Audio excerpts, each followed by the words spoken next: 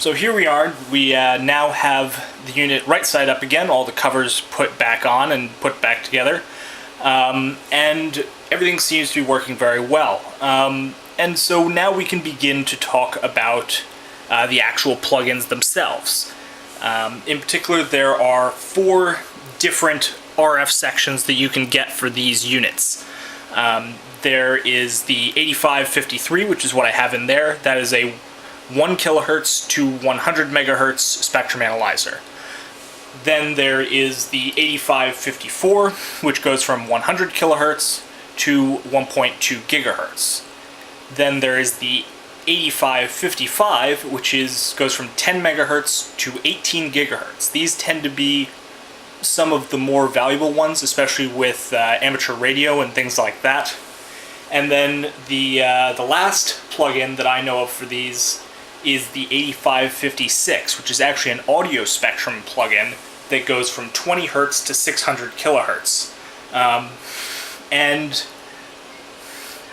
generally speaking, the calibration procedures for all of them is going to be unique to that particular unit, so I'm not going to talk about it here.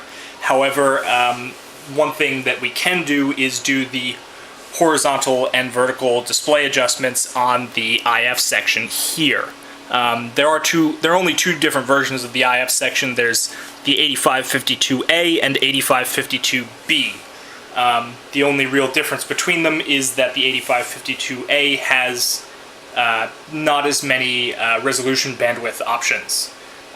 So generally speaking, the B version is more desirable, and also tends to be the most common, so that's not an issue. And so what you want to do you're going to start with the horizontal adjustment. And what you want to do is you want to use the calibration output here. So that outputs a 30 megahertz signal at minus 30 dBm, and it has a very large harmonic content. So you're going to see multiple peaks at every harmonic of 30 megahertz. And so I've already set up the bandwidth and the scan width in order to show this properly. But what you're going to want to do is you're going to want to get it so that it displays multiple peaks like this that you can control here. And then you're going to adjust it from these 4 adjustments here. So you want to start with your horizontal gain. You want to turn that down a bit until you can see the whole trace width on the screen. What you want to do is then adjust its position so that it's nice and well centered there, and then adjust that so that that's properly centered there. And then you're going to adjust the horizontal gain so that way each of these peaks is exactly 3 divisions apart. And so,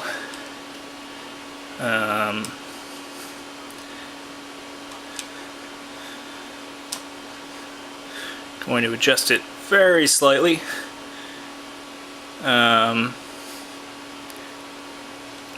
Maybe even, and that's about good, actually. And then the vertical gain adjustment, generally speaking, I think you are meant to be able to do this from the cal output, but quite frankly I like a bit more accuracy on that, so I'm actually going to use an external signal source. So I'll be back in a moment when I have that ready. So now we're back, and you can see here that I've brought out an 8640 signal generator that I'm going to use to produce a signal.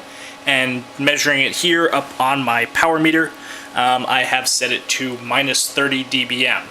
And you'll notice actually that the frequency counter on my signal generator isn't working, but quite frankly it's not actually important for this measurement because we're just going to be calibrating the amplitude, and so we don't need to worry about the exact frequency as such.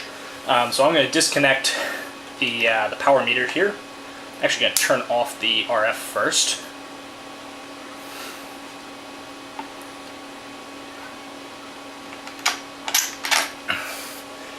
And with that out of the way, I can now connect a Type N to BNC adapter onto here.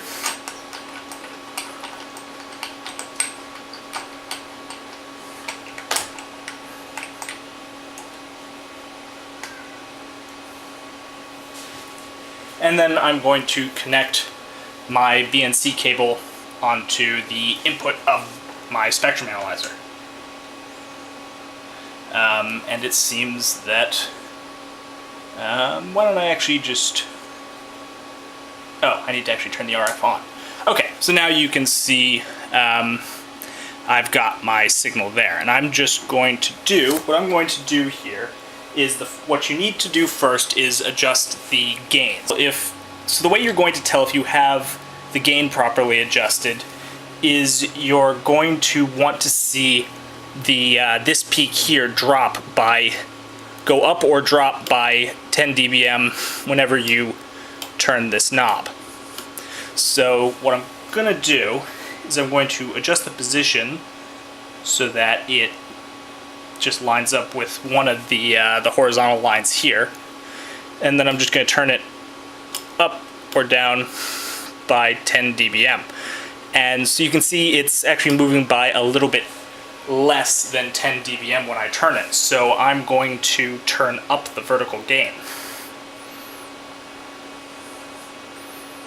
Wow, you can actually see that the potentiometer in there is quite grotchy, so we'll see how that goes. And that's actually a bit closer. So I'm going to adjust the position again. I'm not actually paying attention to what the position is. We'll do that last. But yeah, that seems pretty good. It's maybe the gain's actually just a tiny bit too high. So I'm going to adjust the gain so that it is right about there, and so that way when I turn it down, nope, still a little too high. I'm going to turn it down a little bit again. This is a very, very finicky measurement and is not being helped by the fact that this potentiometer is really, really grotchy. So now that looks quite close actually, so I'm going to once more adjust the position. And so get it lined up with that line there. Then I'm going to keep turning it up bit by bit, and that seems to be moving almost exactly one division every time I turn it. So that looks really good. So now let's actually start paying attention to